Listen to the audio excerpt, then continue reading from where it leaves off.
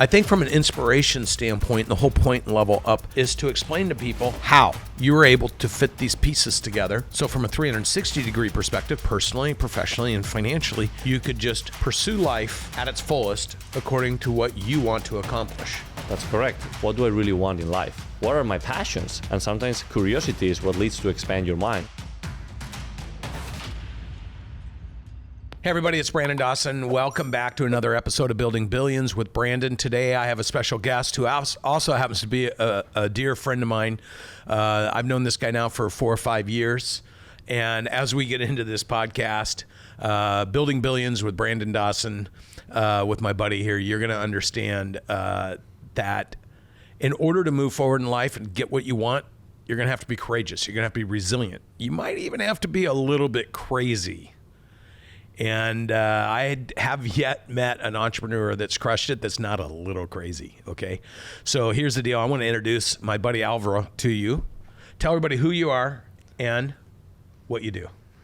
Well, thank you for having me. First of all, it's such a pleasure to see everything that you're building and to be here with you on this fantastic podcast. Building billions is more than just making those billions. It's about the mindset.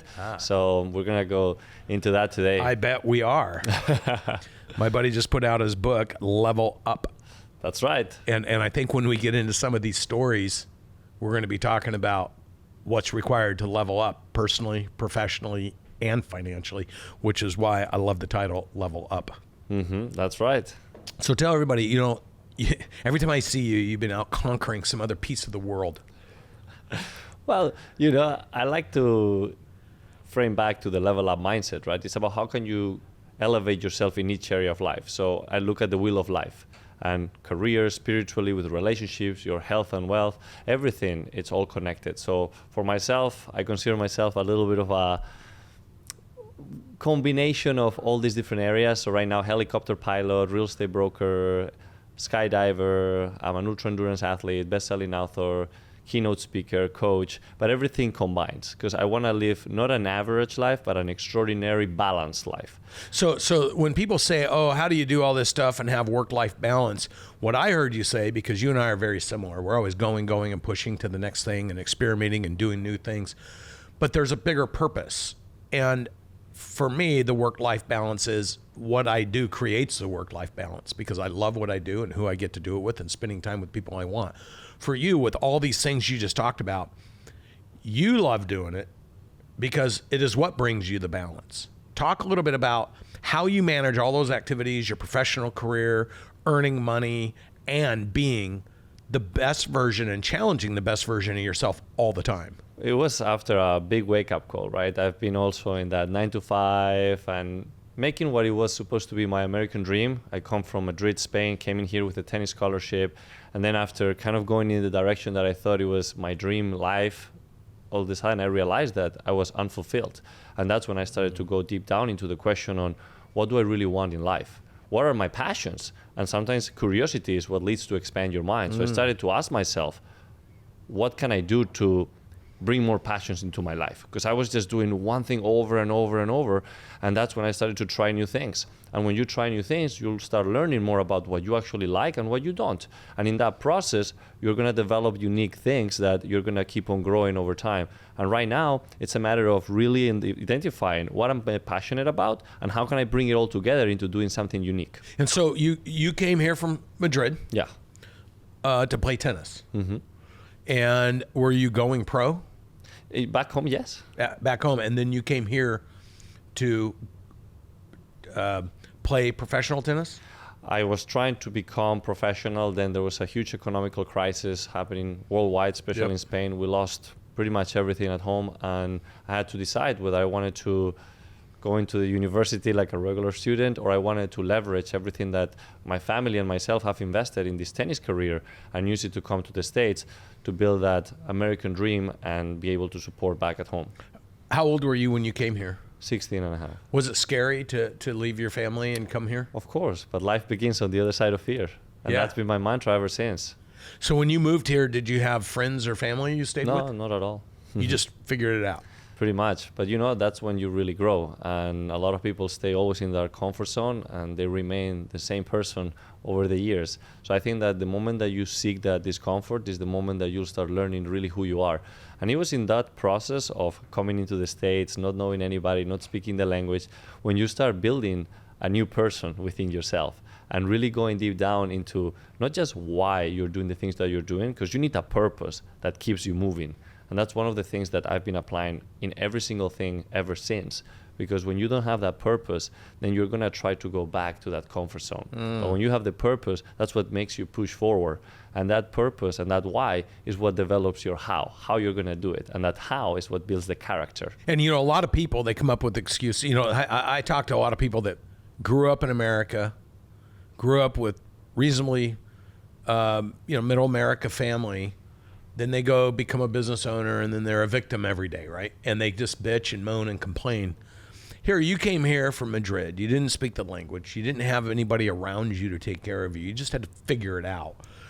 And now all of a sudden, you're a successful business person. You're a successful person in the right of all these different events that you like you just, it's not a triathlon. What did you just compete in? The Ultraman, double the distance the of Ultraman. Yeah. And what is that versus a triathlon? For my listeners to go, what is an Ultraman?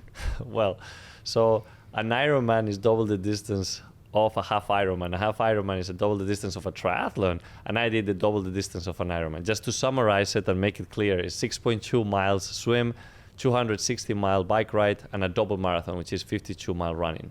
Oh my God. And how did you place in that? Well, I actually won on my category. You won your category? The first one, yeah. Oh my goodness. Yeah, it was very incredible actually to see myself among all these professional athletes and finishing at the top. And that's one of the things that makes you realize that it's not just anymore about having that limitless mentality where you know that you can do the impossible, but to believe beyond that.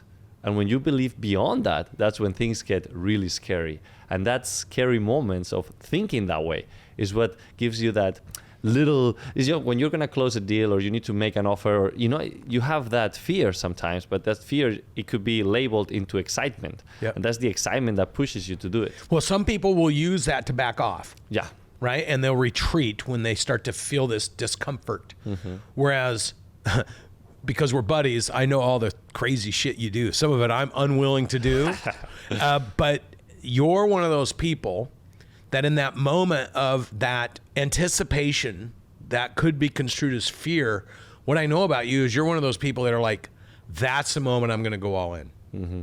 Most people back off. Right. Things like jumping out of airplanes. Mm-hmm. You like to do that.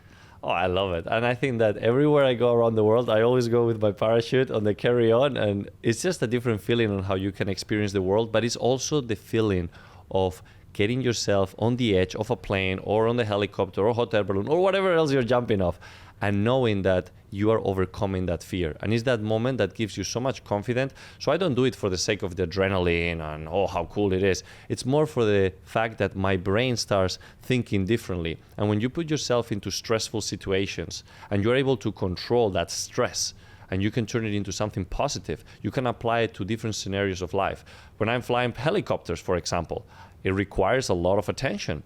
And every time I'm going to be on the helicopter, it requires full focus. And when I do these crazy races, same thing. And you can apply this into business, into your relationships, into so many different things. I got a question for you. Yeah.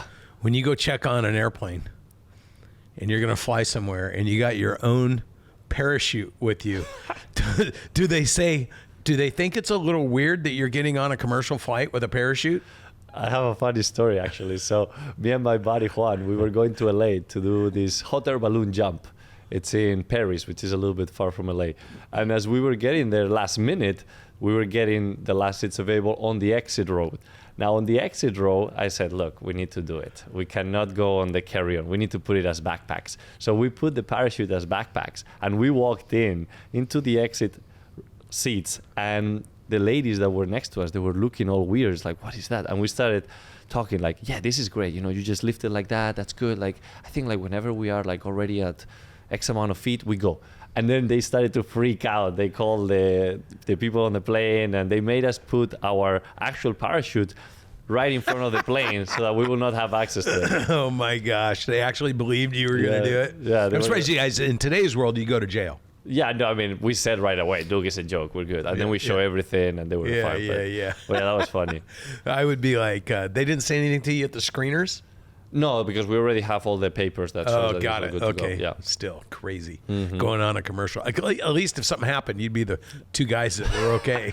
Right. Oh, of course, I don't know if you jump that. out of an airplane at 300 miles an hour. I don't think it's the best idea. So you jump out of airplanes. You became a pilot for helicopters. You run these races. You swim these races. You like. I don't know that I could do any of that stuff. I mean, I'm a pretty tenacious guy, but I sink when I swim. I'm slow when I run, and my butt hurts after about 40 minutes on the bike. So how do you go and crush competing in something like that and come out number one? People believe that it takes years to reach that level, but it's more about the consistency that you have to put into everyday's activities to reach certain level. I call it the compound effect, right? So if you are able to build routines and habits that allow you to every day keep on developing yourself, you'll be surprised how far you can go. When I started doing these ultra endurance races, it was 3 years ago. It's not that long ago. And I went from not able to do a half marathon to now finishing at the top on some of the most difficult races. And it's more about the consistency and the habits and the routines that you build through the process that takes you there. A lot of people try to do so much in 1 year or 1 month or even in 1 day, and they don't look into how much you can actually do in 5 years, or 10. So having that vision of where you're really heading and keeping that consistent plan, and I always try to have that why really strongly attached to why I'm doing the things I'm doing, because that's the reminder that keeps you pushing forward. And so, career-wise, so in the real estate space, talk a little bit about what your career looks like in the real estate space. Yeah, I'm a real estate broker. I have a brokerage and a media company. It's called Super Luxury Group. And again, it's one of those things that you want to be disruptive. You want to be different. And ever since the beginning of the company, I was always looking at what's the edge, what's the different thing that we can do that does not compare us to everyone else. Because especially here in Miami, you'll see that there is agents everywhere, brokers everywhere. So I wanted to not compete, but collaborate. I wanted to start positioning myself from the very get-go with some of the best hitters. So right now we're known for celebritizing and selling multi-million-dollar homes, and we work directly with architects, brokers, interior designers, agents, whatever the case is in the real estate sphere, and we help them promote the properties and sell them. We have a huge international network, and we've been promoting through our social media platforms. We have millions of followers, and that way we've been attracting that. So we work with producers, so a lot of the famous Hollywood producers, they work with us. So anytime they need a house for their movies, we are the ones that they go to. When it comes to media outlets, for TV, magazines, we work with a lot of them as well. Influencers, we have over 500 influencers within our network that come and help promote these properties. So it's been a great infrastructure that all these people have really enjoyed. And right now it's about combining the things that you're passionate about. I'm not a guy that wants to go show properties every single day. That's not what I want to do. That's not what I enjoy. That's not what I'm good at. I want to make sure that I'm building a lifestyle that really fulfills my passions. So if I'm able to fly a helicopter, tomorrow actually, I'm going to the Keys to one of the listings that we have in the marathons. So we're going to be flying on the helicopter, taking people in there. It's a completely different experience. You have fun, and you're giving that different approach to the things that you're doing in business. You know, truly you've created, I mean, you came over here at 16 and a half from Madrid, you figured it out, and what you've done is you've designed your life to be fulfilling, and you've figured out how to get your personal, your professional, and your financial life all to work in sync, which is why you wrote this book, Level Up, so that you can be an example to people who haven't quite figured out how to do that, and they're struggling. That's so true. And so I think from an inspiration standpoint, the whole point in Level Up is to explain to people how you were able to fit these pieces together. So from a 360-degree perspective, personally, professionally, and financially, you could just pursue life at its fullest according to what you want to accomplish. That's right. And that's the thesis of the book, Level Up.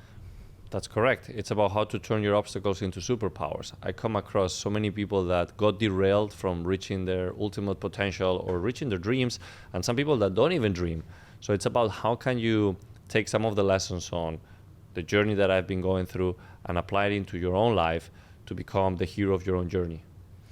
And because I know you so well and spent time with you, I mean, you're always with amazing people. You're always around amazing properties and things. You have people from all over the world that come to the events that you guys do. And in the process of having fun putting all that together, you get to enjoy your buyers when they come in, and they get to enjoy also this atmosphere of they're not just buying a home, they're also, you're connecting them to the community, to the best people, and you get to be selective who you want to work with too. So all of a sudden you've built yourself into this reputation that if you want the best, you want to have fun, you want to be in the right community. It's one thing to buy a home. It's another thing to be injected into a community you want to be a part of and be introduced to everybody. Like, you guys go over and above and beyond for people that work with you. How did you learn to do that? Or was it developed over a period of time just by figuring out what worked? Good question. And again, I'll give you a shorter version of the answer for this, but definitely something that you develop over time. When I got into the space, I didn't know anybody, had no idea about luxury, and I actually had to leave the country. I was kicked out of the US because I didn't get the visa whenever I was working at a company. So I had to figure out what the next move will be. And that's when I ended up going into Dominican Republic, which is where my parents moved back in the day. And my mom was selling real estate, and she sold a house to a guy that was going to be going there just for a couple times a year. So he asked, hey, could you rent it short term? And that's when my mom said, hey, why don't you come here and check it out? You're the marketing guy, so maybe there is something there for you. So I went in, and the first thing I did was doing the research on how were the other properties being rented short term. And there was no properties oceanfront that were rented short term. So I was like, interesting. So I started to door knock in every single property that was at the highest level to figure out which owners will be open to list their property with us to put it short term. And then when you start doing that, right, you're getting out of your comfort zone, you're doing something that is different, then you start finding the angle on how can you fulfill those services that you are promising to the owners, which is, I'm going to get you clients, I'm going to monetize your property, and I'm going to take care of it while you are in whatever country you are, because none of the owners were there. So what happened in there is that then you need to start being creative. Once you go into that route of doing things that have not been done, then you need to start being creative every single way along the process. So for us, it was more about how do we bring clients now? Airbnb was not happening in there. It was something that was starting in the US. So it was more about identifying, if nobody's coming to the DR for renting a villa, they're all staying at the all-inclusive hotel, how can we develop these things? And it was about partnering up with the companies that were already taking care of the super high net worth individuals, the Bill Gates, the Will Smiths, like all these big celebrities. Who do they work with? And when you do that research, then you try to find the angle of partnering up with them. They did not have any properties in their portfolio for the DR. So it was about presenting the opportunity. Hey, let's put these properties in your portfolio and we'll take care of your clients. When we started to do that and you start working with those type of clients, then you start having a taste of what it is to be handling those type of services with those type of clientele. And it was just the beginning. And afterwards, it was a matter of growing to become that big company, be the international company, building those local relationships with the local partners in all these different jet set locations. Because what I realized is that all these clients, after they were working with us, they will leave and never come back to the DR just because they were going into other destinations. And then we wanted to make sure that we could continue working with them. So it's about the branding. So you grew out of necessity to continue the relationship with the client. And you need to bet on it, right? Because you already are building those relationships. For me, at the beginning, it was, what are my passions? I love relationships with people. I love experiences. I love luxury homes. I love traveling, and I love experiences. So I put that all together, and that's how this business came into fruition. And then as the business was evolving and we started to build those partnerships with the local partners in all these different jet set locations, whether it's south of France, Ibiza, Mykonos, then you realize that now you are the one that needs to generate those leads. You are the one that needs to generate the clients, not anymore this big company, because you are the big company right now, at least as it looks. Now, in the process, you need to be creative again. So for us, it was about identifying who our ultimate clientele was following on social media. And then that's where we saw the public figures. They were not even called influencers back then. So it was about how can we add value? And that's one of the key lessons that I've always led by. How can I add value first? And it was about inviting all those public figures that were followed by these big celebrities or clients that we wanted to work with, how we can invite them to these properties to stay for free in exchange of promoting and sharing a little bit of the content in their social media. And that's it. So who's going to say no to staying at a property that is $6,000, $7,000 a night for 5 days, invite a couple friends? And for the owners, it was also a great selling point because I was saying, look, the occupancy rate is 60%. So we have a margin in there on when we can invite people, specific people. We need to create content anyways, so may as well put this in place. And it worked. And we were the first ones doing this. Nobody was doing it in the real estate world. And then what happens is that this business model kept on growing, evolving. We started to bring luxury brands. So what happens is these people that, these famous people go from saying to their assistant or somebody, go find me a home in such and such place. We want a vacation, to call my buddy Alvaro and have him find out where is the best place to go.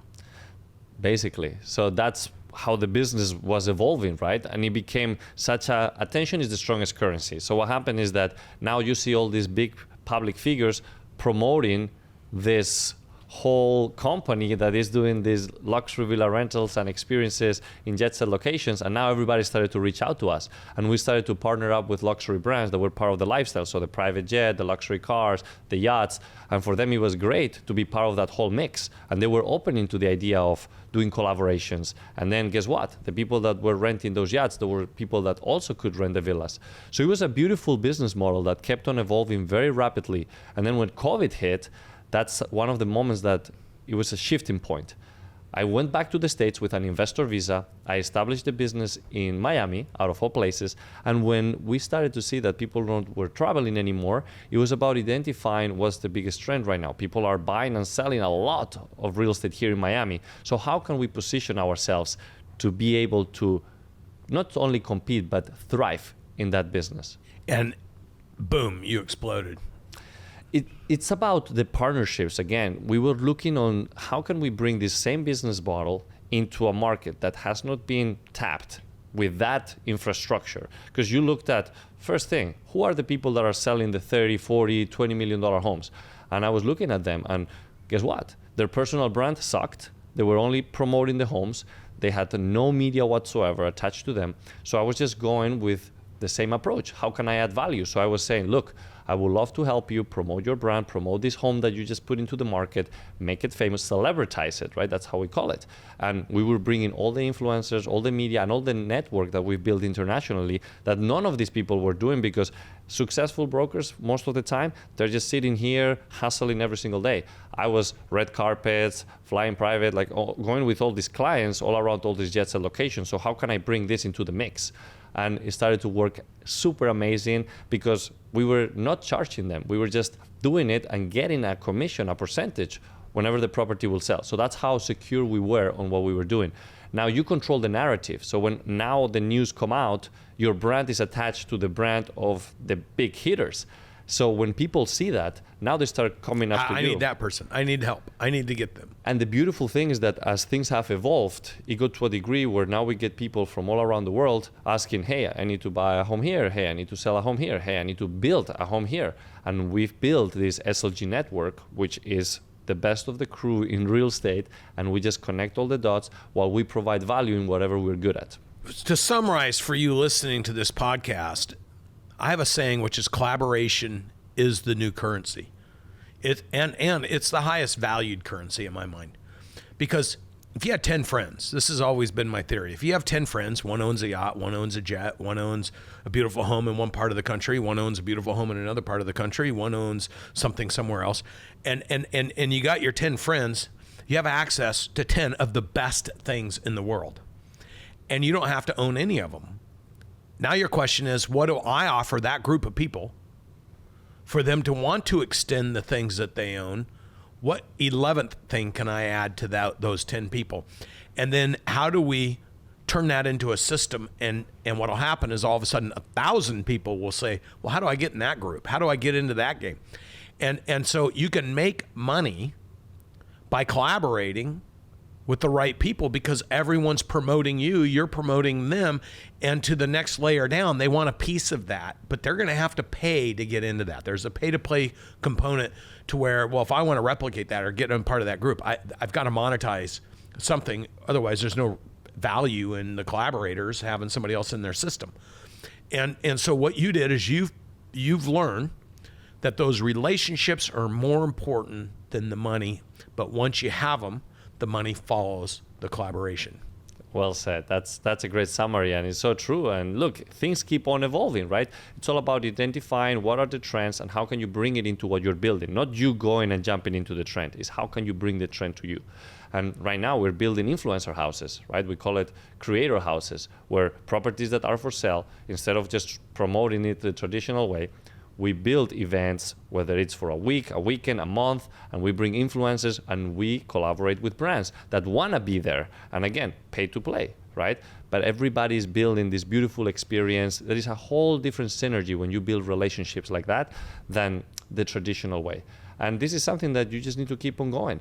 And one of the things that I emphasized on from the very beginning is that personal brand matters. People want to also get to know you to a different degree. And if you can become an outlier, and by that I mean being different than everyone else, you'll stand out.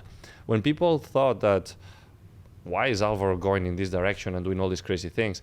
Many of them said, you're going to lose your north. You're going to end up being nowhere, you know? And the truth is that the opposite happened. I went on skydiving with a tuxedo. That video got 300 million views across all different pages. An editor for Forbes saw that video, did a whole feature on me saying the action man of real estate. A lot of different people saw that article. I got clients from that. And look, it's about standing out. You don't need to go and jump out of a plane with a tuxedo, but I'm passionate about skydiving, so I wanted to make it a little bit extra unique. Right now, okay, I'm going tomorrow to this private island in the Keys. I'm going to be flying a helicopter. We're going to create a whole content with it. We'll have fun. But when people see that, it's aspirational, it's inspiring, it's entertaining, it's educational, and it's different. And people will remember the experiences that you provide, whether it is to the person that you are doing it in person with or the people that are watching it. I mean, this is what promotion's all about. Mm-hmm. Promote who you are, promote what you do, promote why you do it, promote your value proposition, promote why people would want to be around you, and promote what you're going to do for the people that are around you so that they go out and promote you. Correct. And you have nailed this, created the life you want. You're an example to so many people if they're paying attention. I would just recommend, first of all, where can everyone find your best-selling book, Level Up? Amazon, you can just look it up there. Also, if you go into my Instagram page or website, Alvaro Nuñez. Tell them what it is. Yeah, alvaronunez.com. Then you'll have all the information in there for the book. I have a free masterclass that people can take as well that goes a little bit more in depth, courses, keynote speaking opportunities, everything about it. You can find it in there or on my Instagram, which also is Alvaro Nuñez. Yeah, so look, if anybody's listening to this and you're thinking to yourself for your next corporate event, or if you're running a team, maybe you have a team of 50 or 100 or 1,000 real estate agents working in your organization, and you're like, how do I get these people to learn how to promote? You should be hiring this dude to teach you, because I've watched him create the life that he wants. It's exciting. It's thrilling. Every time I look at anything he posts, I'm like, there he goes again. like everything you post is looks like you're having the time of your life. It looks like you're innovating. It looks like you're working with really super important people, and you're having fun doing it. And this is why I wanted you on this podcast, so that people can hear you and they can get rid of the excuse that they can't do it, because you came over here at 16 and a half with nobody helping you. You were kicked out of the country. You had to figure all this stuff out, and yet you landed here with a life that you're controlling, you're building, you're creating in a way that you want to do it. And if, like I say with me, if I can do it, anybody can do it. And I think you would agree, if you can do that, anybody that chooses to do it can do it. 100%. And look, I appreciate being here again. I read your book as well. There's a lot of similarities in there. So yeah, lots of things to learn from each other. I really appreciate the opportunity, and keep on crushing it. You're you definitely too, doing something. Hey, go get your copy of Level Up, okay? Read this, apply it, and realize that the only way you create the life you want is by being intentional about what that is. Thank you for watching another episode or listening to another episode of Building Billions with Brandon. Be sure to like, be sure to share, leave comments, and pay attention to my buddy Alvaro and watch what he's doing. Go hit him up on Instagram. Thank you for listening or watching another episode of Building Billions.